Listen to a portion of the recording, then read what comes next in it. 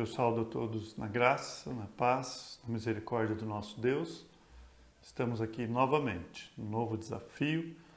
Cada mensagem é um desafio para quem leva a mensagem, um desafio tanto para poder ministrar a mensagem como para poder aplicar na sua própria vida.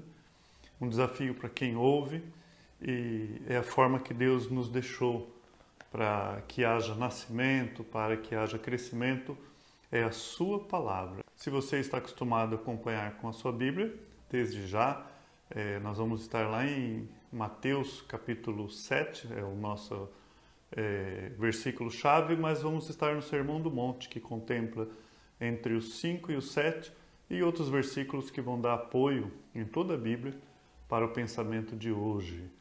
A Jesus, a sua doutrina, ou entrai pela porta estreita. Mas antes vamos orar essa noite. Pai, obrigado pelo que o Senhor tem feito.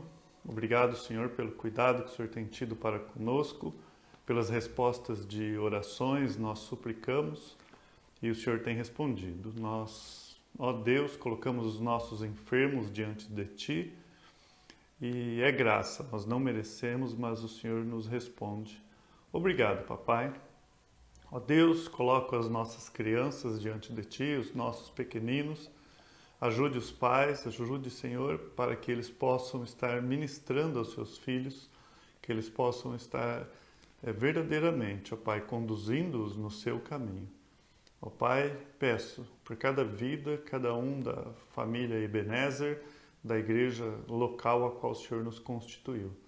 Peço por cada um que vai ouvir essa mensagem agora, usa-me apenas como um instrumento seu. Ó Deus, por graça, fale conosco. Eu te peço em nome de seu Filho Jesus. Amém e amém. Entrai pela porta estreita. O Sermão do Monte, ele contempla dos 5 ao 7. Mas o chave, o versículo que eu quero iniciar e trazer essa linha de raciocínio, está no 13 e 14, que diz assim: entrai pela porta estreita, larga é a porta e espaçoso o caminho que conduz à perdição, e são muitos os que entram por ela. Porque estreita é a porta e apertado o caminho que conduz para a vida, e são poucos os que acertam com ela. Esse versículo-chave, eu quero trazer essa noite um desafio a você fazer uma autoavaliação. E no final desse texto, no final dessa mensagem, essa é a ideia, você fazer uma autoavaliação. Agora, qual a definição desses dois caminhos que nós lemos aqui? Sempre você ouviu falar entrar pela porta estreita, larga a porta espaçoso o caminho que conduz à perdição e muitos entram por esse caminho. Durante a minha vida toda, eu aprendi desde pequeno que o caminho largo era o mundo. Então, olha, você está no mundo, caminho largo. Mas na medida que vai havendo um crescimento na palavra de Deus, nós vemos que nesses dois caminhos, o mundo não conduz na perdição, você já está na perdição. Jesus Cristo diz isso. E então qual é esse caminho? É um caminho, é uma opção, uma porta que você entra por ela, não é o mundo que você já está nela. Então um é o caminho verdadeiro, outro é o caminho falso. Nós só temos como entender isso se entendermos do contexto geral daquilo que Jesus Cristo está falando. É a falsa religião, a falsa doutrina. A Bíblia ela fala de 3 doutrinas. A doutrina dos homens, os fariseus faziam muito isso, né? Eles pegavam a palavra e usavam ali para os seus próprios, qual que é a palavra-chave? Conveniência, sua própria conveniência, convinha, né, que eles fizessem aquilo. E muitos fazem hoje. Pedro, em sua carta, fala assim, olha, é difícil entender as coisas que Paulo escreve, mas algumas pessoas distorcem, né? Então é muito antigo isso, as pessoas distorcerem. Então isso é doutrina de homem. Também a palavra de Deus vai falar doutrina de demônios. Então nós podemos entender que existe algo no reino das trevas, se podemos usar esse termo, no príncipe desse mundo, que ele de alguma forma induz a homens ou sopra nos ouvidos dos homens a sua doutrina. Doutrina de Deus é a terceira doutrina. Essa é a sã doutrina, a doutrina da palavra de Deus. O que não é são é doente. Então existe doutrina doente, é a dos homens e a de demônios. A sã doutrina é a doutrina de Deus. Agora, por que é tão atraente a falsa religião? É algo atraente. Lá em 1 João, o capítulo 5, verso 19, a palavra de Deus fala assim, olha, sabemos que somos de Deus e o mundo inteiro jaz no maligno, está no maligno. E Jesus Cristo, quando ele chega, quando João chega no capítulo 8, Jesus Cristo ali vai estar sendo um pouquinho mais claro. No verso 43 ele diz assim, qual a razão por que não me compreendeis a minha linguagem? E porque sois incapazes de ouvir a minha palavra. Bom, aí ele vai falar por quê. Vós sois do diabo, que é o vosso pai, e quereis satisfazer-lhe o desejo. Ele foi homicida desde o princípio e jamais firmou nele a verdade, porque nele não há verdade. Quando ele profere mentira, fala do que lhe é próprio, porque é mentiroso e pai da mentira. Aí ele conclui, mas porque eu falo a verdade, vocês não me creem, vocês não acreditam. Então Jesus fala assim, qual a razão que vocês não entendem a minha linguagem?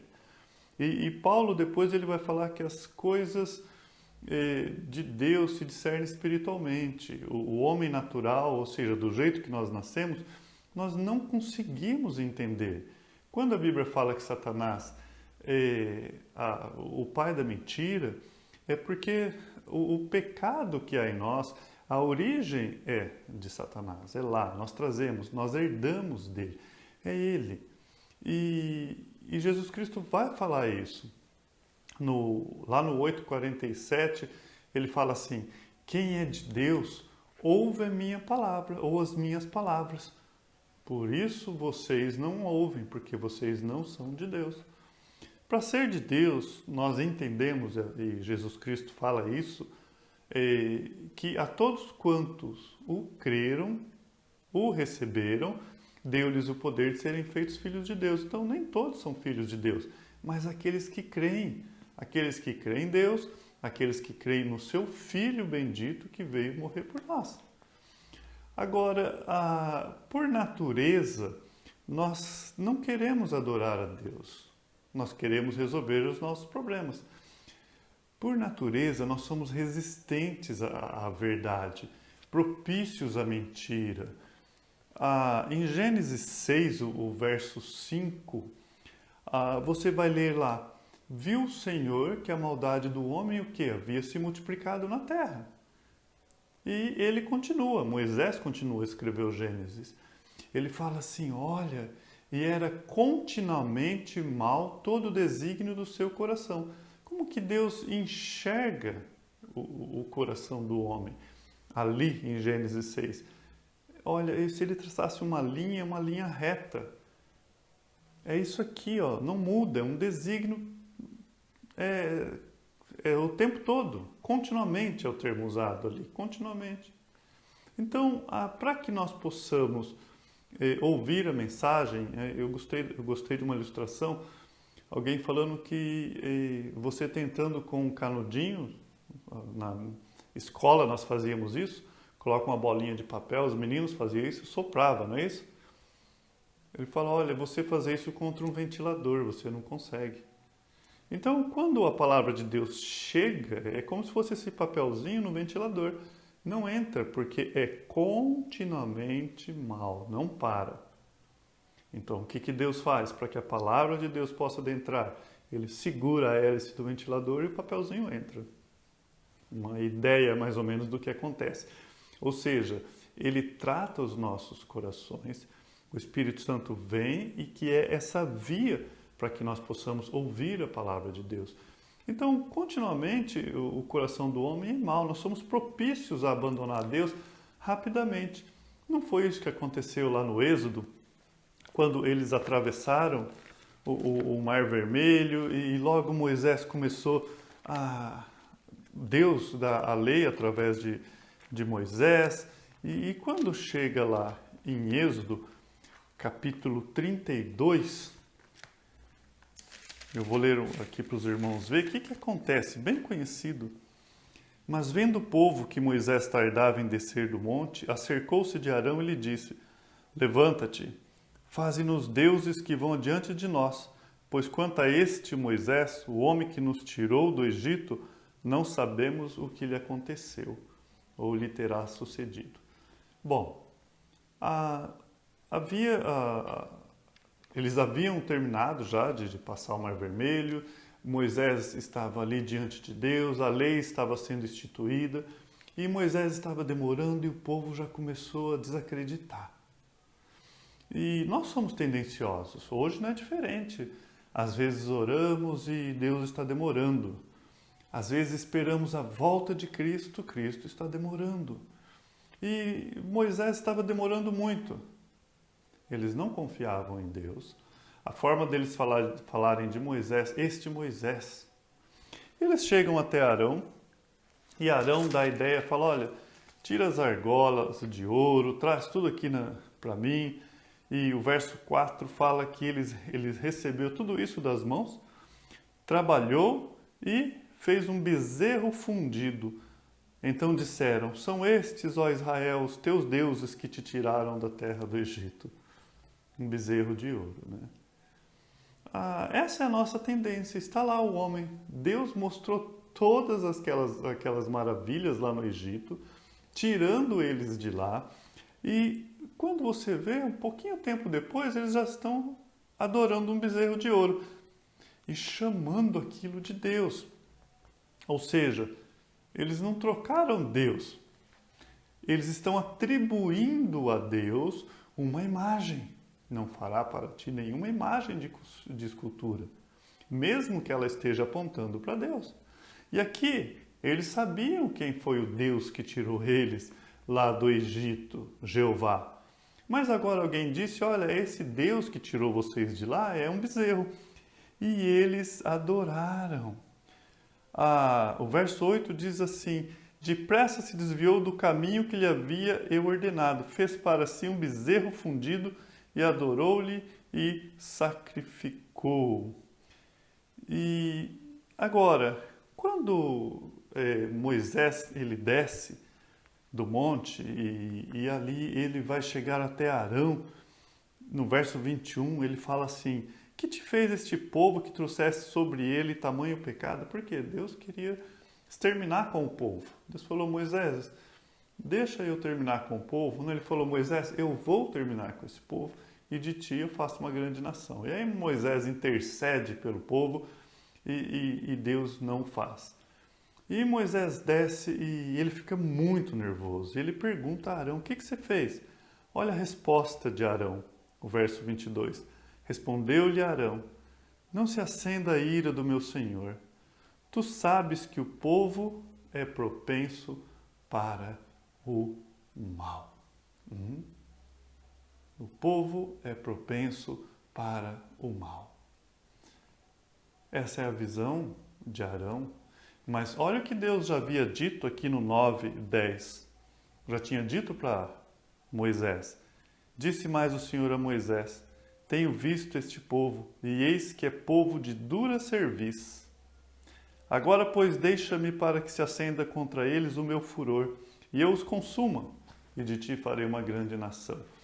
O próprio Deus já tinha dito, olha, esse é um povo de dura serviço.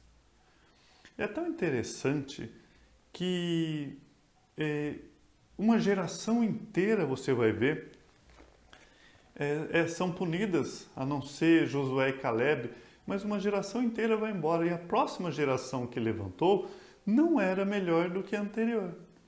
Olha que interessante. Cometeram os mesmos erros e outros piores ainda. Então, é Deus. Deus. Arão já tinha dito, olha, é propenso ao mal, mas ele mesmo tinha feito o bezerro. Mais à frente, Deus vai estabelecendo o seu povo e logo eles pedem um rei, Deus estabelece um rei. Em 1 Reis, no capítulo 12, eu vou abrir lá para os irmãos e vou estar lendo nas Escrituras. 1 Reis, capítulo 12, nós conhecemos Jeroboão. O que estava acontecendo aqui?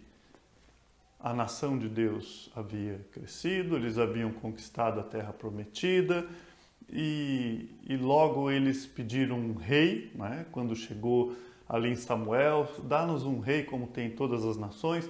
Deus deu primeiro Saul, logo veio Davi e começou esse tipo de governo ou de liderança. Mas chega um tempo em que Salomão ele comete coisas terríveis novamente. Em que área? Idolatria. Casa com diversas mulheres e ele começa a adorar aos deuses dessas mulheres. E Deus vai punir, mas fala, por amor ao meu servo Davi, não vai ser você. Você não vai ver. Então, o filho de Davi, Salomão, morre e ali, agora, o filho de Salomão vai fazer com que haja divisão. Mas isso já fazia parte dos planos de Deus. Os planos de Deus, qual que é? Qual que era na época? Eu vou dividir o reino. E é tão interessante que era o mesmo povo, era o povo de Deus, o povo separado. E Deus pega e manda o profeta dizer a quem? A Jeroboão. Vai lá, corta a capa dele e divide em 12 partes. Dá 10 para ele e 2 partes fica. E diz para ele, olha, você vai ser líder de 10 tribos. E isso aconteceu. Isso aconteceu. O Roboão, que é filho de Salomão, ele, no momento que ele começa a governar, o povo fala para ele flexibilizar um pouco as leis. Ele fala, não, eu vou endurecer mais. E aí o povo se revolta.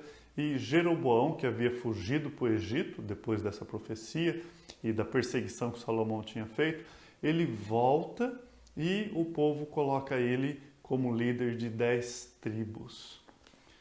Mas as 2 tribos que ficaram, de Judá e de Benjamim, o templo ficava em Jerusalém, lá em Judá. E o que acontece? Jeroboão, com essas 10 tribos, ele pensa, eu preciso dar um jeito nisso, porque as pessoas vão lá para Jerusalém para adorar. E eu vou perder esse povo. Olha o que diz 1 Reis, capítulo 12, a partir do verso 26. Disse Jeroboão consigo, agora tornará o reino para a casa de Davi. Se esse povo subir para fazer sacrifícios na casa do Senhor em Jerusalém, o coração dele se tornará a seu senhor, Roboão, rei de Judá, e me matarão, e se tornarão a ele ao rei de Judá. Pelo que o rei, tendo tomado conselhos, fez 2 bezerros, olha aqui, já não é mais um, são 2 bezerros de ouro, e disse ao povo, basta de subires a Jerusalém, vê aqui teus deuses, Israel, o que te fizeram subir da terra do Egito. Amados, quando nós lemos isso, você pensa, poxa vida, lá em Moisés, lá em Arão, eles não cometeram erro. Deus puniu o povo. Moisés pegou aquele ouro e transformou em pó e colocou na água para eles beberem. Eles sabiam que era errado. E novamente, os anos se passam, o mesmo erro. Olha, aqui é o seu Deus. Mas, e por que isso que nós perguntamos, né? Ele fez um em Betel, outro em Dan, e isso se tornou um pecado, pois que o povo ia até Dan, cada um para adorar o bezerro. Ele fez santuários nos altos, constituiu sacerdotes que não eram filhos de Levi. O que Jeroboão fez? Ele fez a religião ali dele. Nada do que Deus tinha instituído, mas ele, por conveniência e por ele ter poder de liderança, no verso 33 diz assim: no 15º dia do 8º mês, escolhido a seu bel prazer, subiu ele ao altar que fizera em Betel e ordenou uma festa para os filhos de Israel. Subiu para queimar incenso. Então ele estabeleceu festas para o povo, religião, ao seu bel prazer, a Bíblia diz, do jeito que ele queria. Aí você pensa assim, não, as duas tribos que sobraram, então elas continuaram. Não. Quando você avança no 14, o verso 22 diz assim: fez Judá o que era mal perante o Senhor e com os pecados que cometeu, provocou zelo, mais do que fizeram seus pais, porque também os de Judá edificaram altos, estátuas, colunas e postes ídolos no alto, de todos os elevados outeiros e debaixo de todas as árvores verdes. Havia também na terra prostitutos cultuais. Fizeram segundo todas as coisas abomináveis das nações que o Senhor expulsara de diante dos filhos de Israel. Os dois reinos, um mesmo povo, um mesmo coração, propício ao pecado. Até prostitutos cultuais eles fizeram. Então eu quis dar esse pano de fundo para mostrar o que é o nosso coração, desde o início. Em toda a história você vê isso. Então essa é a nossa natureza. Eu costumo perguntar, você sabe quantos policiais tem no Brasil? 413 mil, a última vez que eu olhei. E ainda ele tem menos que o recomendado, né? Nos Estados Unidos tem 1 milhão de policiais. No Brasil tem quase 200 mil leis. Aí eu te pergunto, para quê? Para pensar, nós temos expectativa da melhora do homem. O que tem aumentado? Leis? Para pensar. Policiais, por quê? Por causa da natureza do homem. Basta você analisar os nossos filhos. Qual foi a palavrinha que você mais usou quando ele era pequeno ou está usando hoje? Não, isso também não. Não faça isso. Quem veio lá do escondidinho à noite ensinou a sua criança se lançar no chão, esfregar as perninhas e fazer birra? De onde ela tirou isso? Quem veio escondidinho e ensinou ela a morder o amiguinho por causa de um brinquedo? A bater no rosto dos pais quando estes, muitas vezes, negam alguma coisa. Vai pegar a caneta, segura a mãozinha, ela bate. Quem ensinou isso à criança? Nós somos propensos ao mal.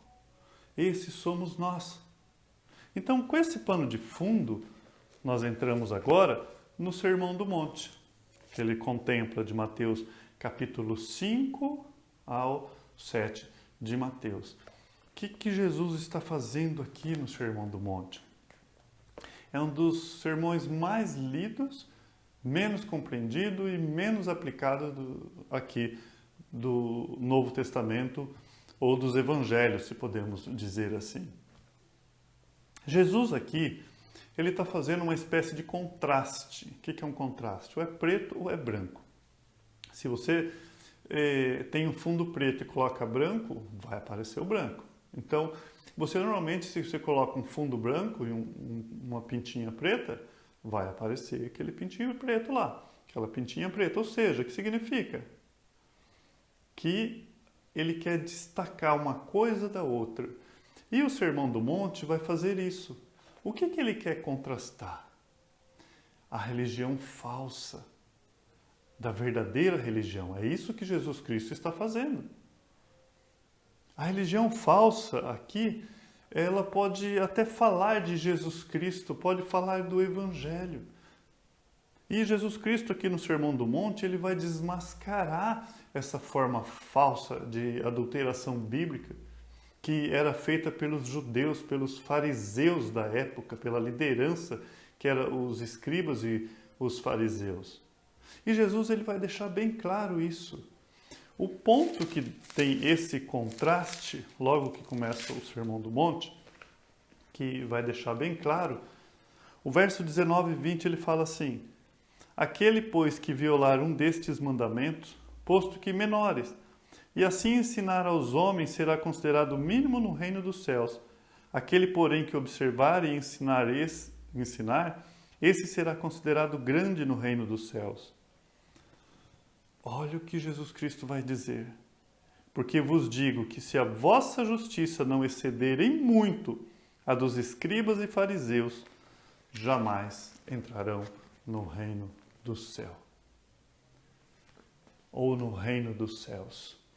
Amados, agora imagina, Jesus Cristo, aqui é o primeiro sermão dele, ele chega e ele começa com as bem-aventuranças. Bem-aventurado os pobres de espíritos. Por que ele diz isso? Por causa do farisaísmo, por causa daquela liderança que era cheia, eles eram cheios de si mesmo. Agora, imagina, ele vem e fala assim, olha, ele fala para você e fala para mim, se a sua justiça não exceder, não for acima, e não é pouco não, exceder muito, a dos escribas e fariseus, jamais você entra no reino dos céus. Imagina como isso soava no ouvido daqueles homens. Por quê? Os fariseus eram treinados para isso. Os fariseus e os religiosos, os escribas, eles eram os fornecedores da religião da época. Eles eram, podemos dizer, os fariseus, o povo mais exigente do planeta na época. Então Jesus, com essas palavras, ele está dizendo aos escribas e fariseus que eles não entrariam no reino dos céus, porque Jesus olha e fala assim, olha, se a sua justiça não for maior que essa, você não vai entrar. O que significa? Que aquela já não entrou. E o que eles pensavam que eles conseguiam, olha como que Jesus está fazendo um contraste aqui. O que eles pensavam que eles conseguiam, Jesus torna muito mais difícil ainda.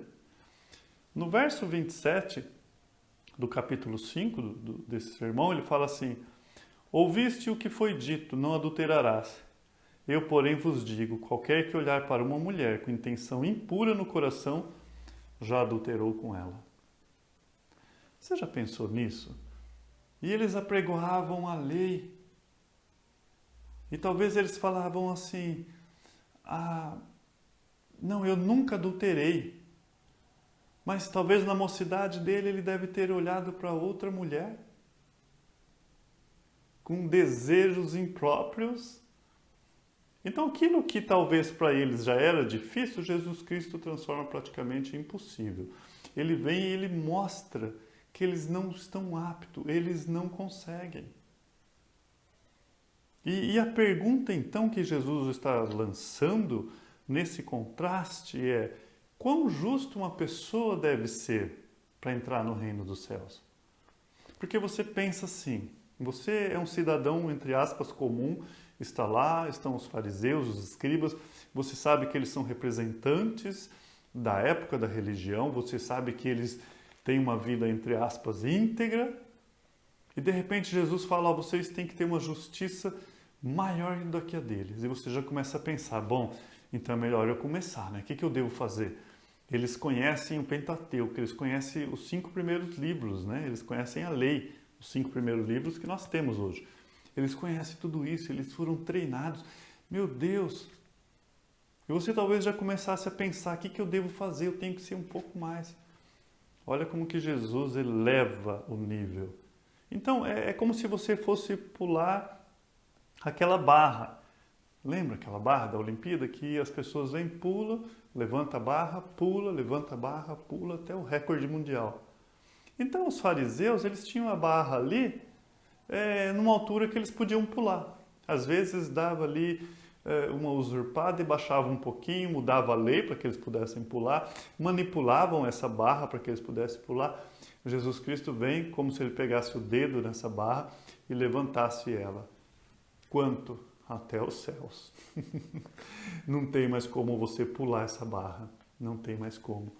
Porque no verso 48, ele vai dizer assim, terminando o capítulo 5, ele termina dizendo assim, portanto, sede vós perfeito, como perfeito é o vosso Pai Celeste. Problema. O que Jesus fez com essa barra? Ele começou falando, olha, você faça isso, e tudo aquilo que ele vem falando para fazer é o que os fariseus não faziam. Então ele vem falando, qual é a verdadeira religião? Vou mostrar para vocês qual é. E ele vai levantando essa barra. Agora, tudo bem, ele falou, vocês querem entrar no reino de Deus através de obras? Façam isso. É fácil, seja perfeito como Deus é perfeito. Eles jamais conseguiriam. Jesus, nesse momento, ele desmonta a falsa religião, mostrando o tamanho da dívida desses homens para com Deus, que eles não tinham como pagar. É por isso que agora fica mais fácil, com esse pano de fundo, você entender o Sermão do Monte. Jesus está dizendo, olha, em vez de vocês se orgulharem, vocês precisam chorar. Vocês precisam ser mansos, humildes de coração, vocês têm que ter sede de justiça, vocês têm que serem pacificadores. Era isso que Jesus estava dizendo. Vocês não entrarão no céu com as suas obras, a não ser que vocês sejam perfeitos como Deus é perfeito. Então Jesus ele contrasta a religião das obras com a da fé. Contrária à da fé. É isso que ele está fazendo. Aí sim, faz sentido, ele está falando aqui de dois caminhos, da falsa religião, que era promovida por aquela liderança judaica, e a verdadeira religião, que foi o capítulo 7 que nós iniciamos esse estudo. O que ele fala? Entrai pela porta estreita. O que Jesus fez? Estreitou a porta. Largue a porta, espaçoso o caminho que conduz à perdição, e são muitos os que entram por ela, porque estreita é a porta e apertado o caminho que conduz para a vida, e são poucos os que acertam por ela. O que Jesus está dizendo aqui? Olha, esse caminho é a falsa religião. Jesus mostra a dificuldade de encontrar o caminho, a porta. Porta pequeno, caminho estreito, vezes porta larga, espaçosa o caminho. Porta em que eu posso dar o meu jeitinho, não tem como eu me adequar à lei de Deus, então eu adequo a lei de Deus a mim. Lembra? Jesus Cristo acusou eles, vocês mudaram a lei.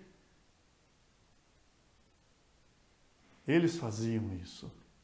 E Jesus vem e fala, religião falsa versus religião verdadeira.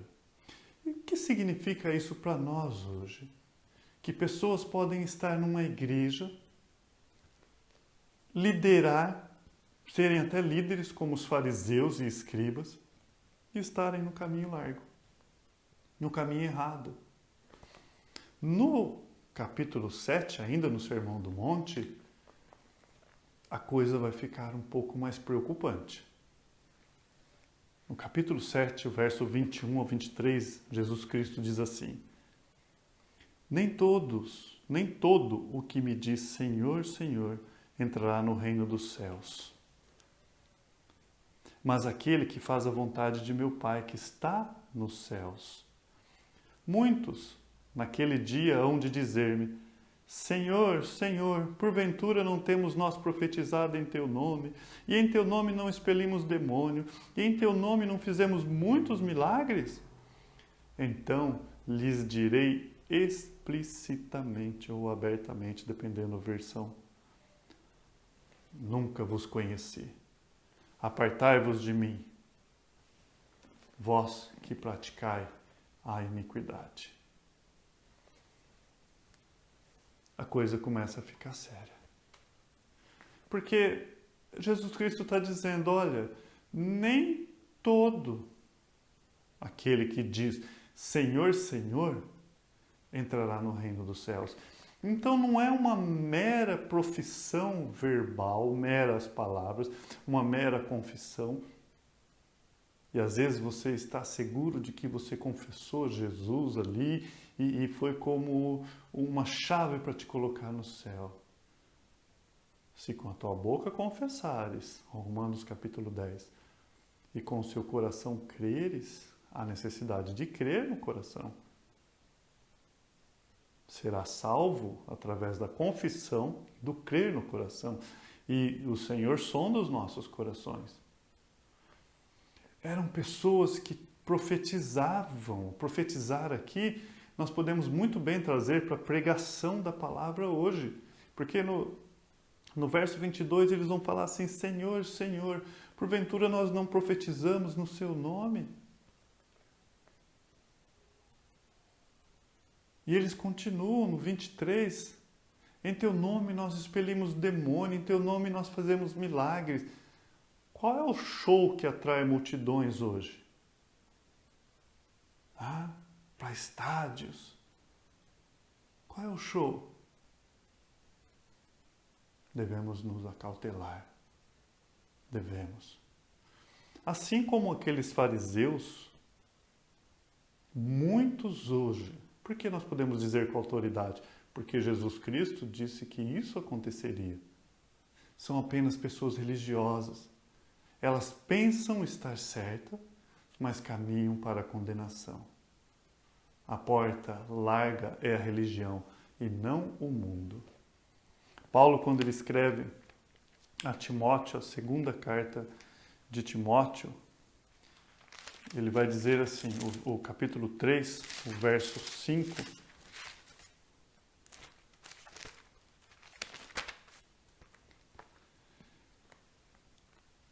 Ele estava falando de pessoas também, tendo forma de piedade, olha só, o que é forma de piedade? Fazendo as coisas. Negando-lhe, entretanto, o poder, foge destes. Ele está falando, olha, pessoas que estão fazendo as coisas, mas você não vê poder. O que é isso? O Espírito Santo neles?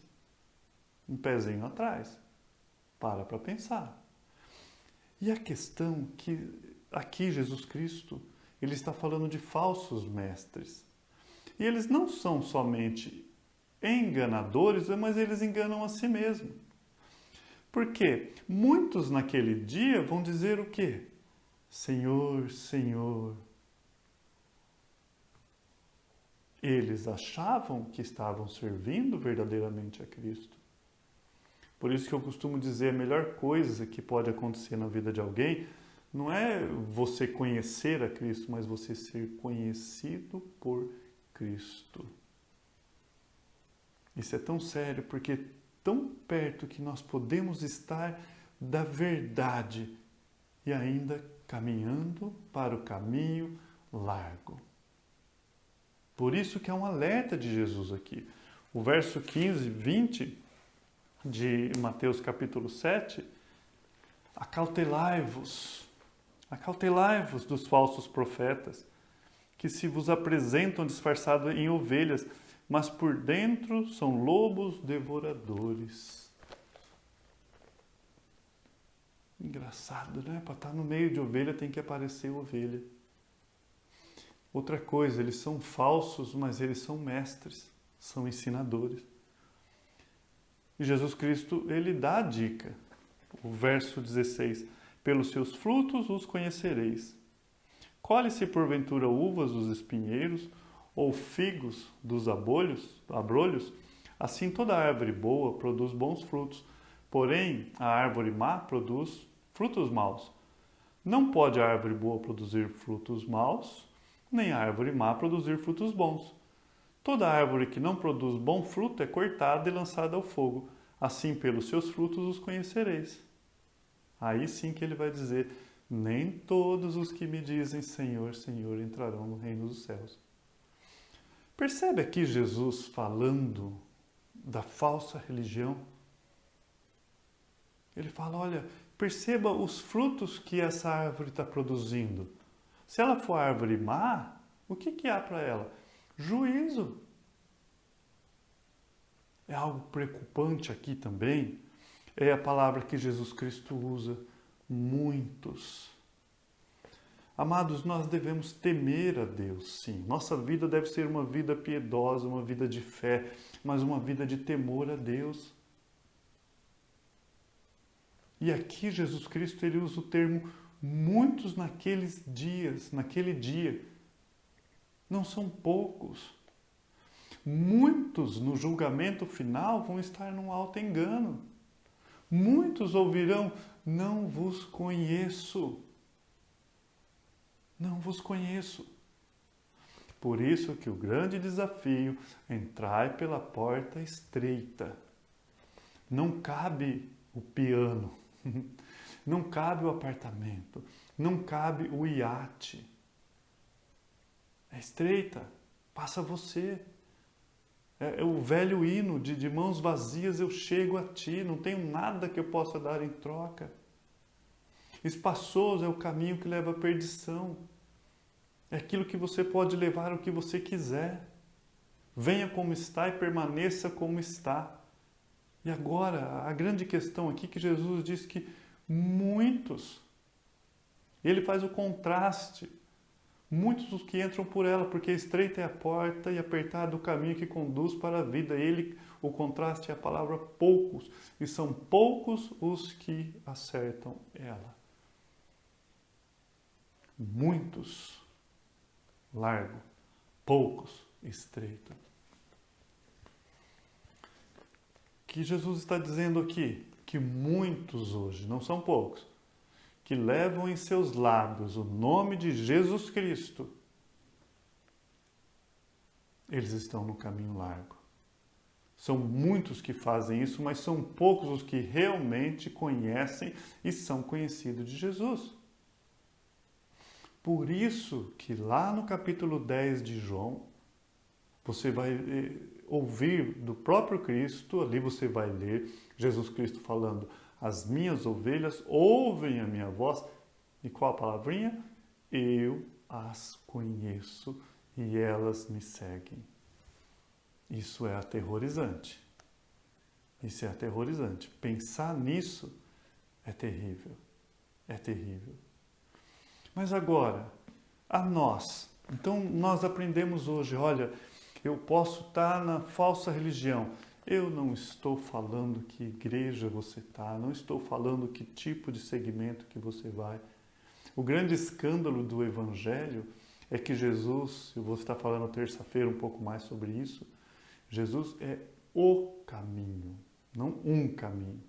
Ele é o único caminho. É o único. Esse é o grande desafio. Ele chega e mostra para aquelas pessoas da época: olha, vocês não dão conta. E aí ele aponta para ele. É ele quem dá conta. Porque ele fala: eu não vim para abolir a lei, eu vim para cumprir toda a lei. E cumpriu. A lei dizia que um cordeiro tinha que ser sacrificado, ele foi o próprio cordeiro. Ele resolveu. Através dele nós podemos ser perfeitos como Deus é perfeito. Mas ainda é tempo de nós nos humilharmos, de fazer uma autoanálise. A Bíblia ensina isso. Lá em 1 Coríntios, capítulo 11, no verso 28, naquele contexto de ceia, Paulo fala: examine, pois, o homem a si mesmo, assim coma do pão e beba do cálice. Por que ele está dizendo isso?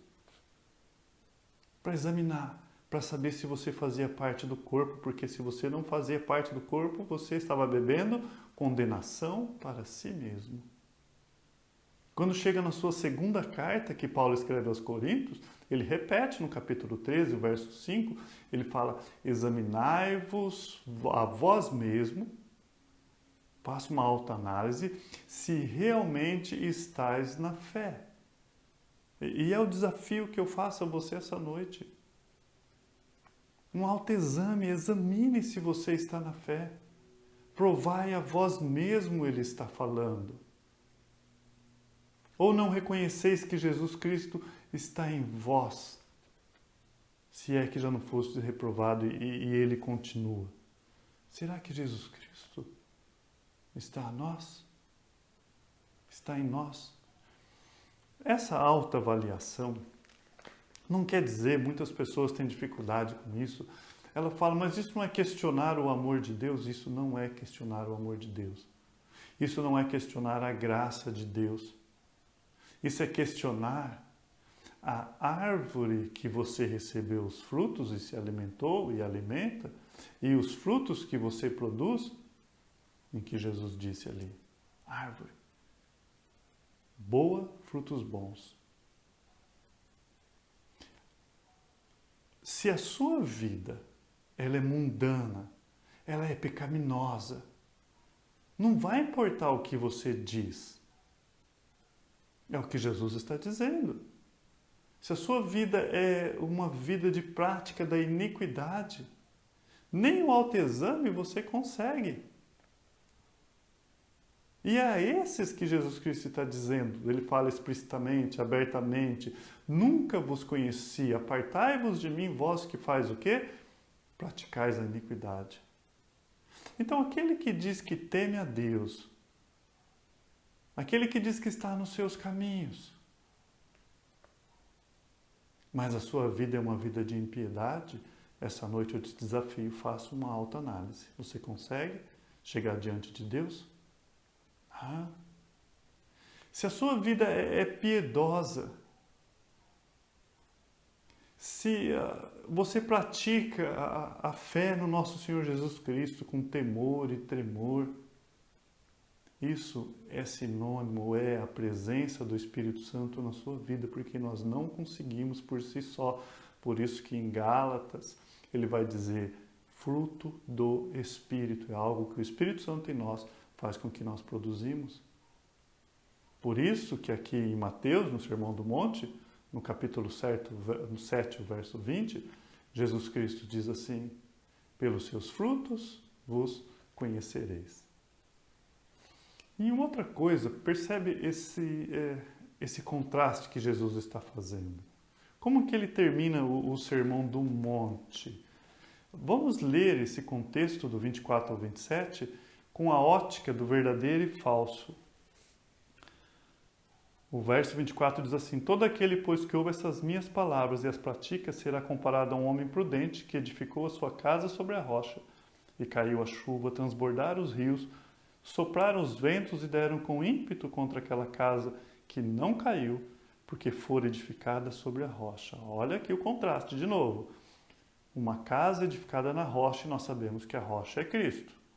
Pedro vai falar isso também, estamos aprendendo pela manhã. Olha o contraste no 26. E todo aquele que ouve esta minha palavra e não a pratica será comparado a um homem insensato que edificou sua casa na areia. De novo, caiu a chuva, transbordaram os rios, sopraram o vento e deram com ímpeto contra aquela casa e ela desabou, sendo grande a sua ruína.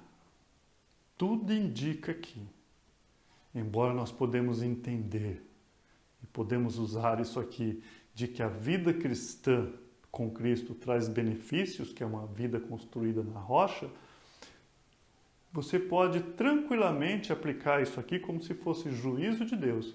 Uma casa permanece, a outra cai. Porque um edificou na rocha. Um edificou na rocha e outro na areia.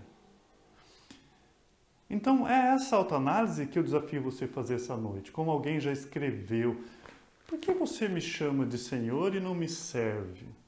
Você me chama de caminho e não me anda, ou não anda pelos meus caminhos. Você me chama de vida, mas não vive a vida que eu vivo. Me chama de mestre, mas não acata os meus ensinos. Me chama de pão, mas não tem prazer e não quer se alimentar de mim. Me chama de verdade e não acredita em mim. Por quê? Faça hoje uma autoavaliação. Ainda é tempo.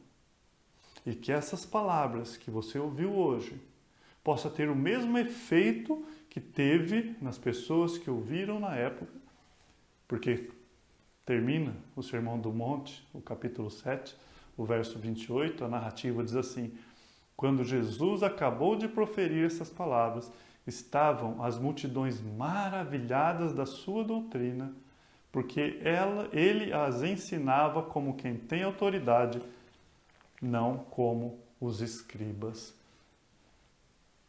Essas pessoas da época, elas dão para nós aqui algo que nós não temos. Eu estou lendo algo que não foi eu que escrevi. Essas palavras que foi relatadas, é do próprio Cristo. E essas pessoas, eles poderiam avaliar os falsos mestres de Jesus Cristo. E eles ficam maravilhados que ele fala, este homem fala com autoridade, não como os falsos mestres. Você consegue ouvir a voz de Cristo essa noite? Vamos orar? Pai bendito, obrigado, Senhor. Ó Deus, é desafiante. Ó Pai, que nós possamos ter temor e tremor diante de Ti. Quantas pessoas, ó Deus, como a travessia ali do Mar Vermelho no Egito, viram suas maravilhas e logo se rebelaram contra Ti. Viram sinais, comeram do seu pão, beberam da sua água e se rebelaram. Quantas pessoas hoje não estão na igreja, Deus? Não estão no seu meio, estão afastadas. É a elas que eu direciono o meu clamor essa noite. Ó Deus, dê temor e tremor, abra esses corações que são continuamente maus, ó Deus. Ó Pai, que eles possam abandonar toda e qualquer religião. Ó Deus, não é a Igreja Batista, não é qualquer outro nome ou denominação de igreja que abre as portas dos céus, mas é o sacrifício do seu Filho lá na cruz. Ó Deus, algo conquistado com o sangue do seu Filho, não com algum mérito nosso. Ó Deus, que assim que as portas forem abertas novamente, nós voltarmos a congregar, que esse tempo de pandemia tenha sido um tempo em que essas pessoas pararam para refletir na vida eterna e na seriedade das suas palavras. Ó Pai, obrigado. É o Senhor quem nos exorta. Ainda há tempo. Ó Deus, quebre corações através dessa palavra. Que haja uma autorreflexão e que essas pessoas possam se direcionar pelo seu poder ao seu caminho estreito, ó Pai. Ó Pai, por graça eu te suplico em nome do seu Filho Jesus. Amém e amém. Estamos assim despedidos.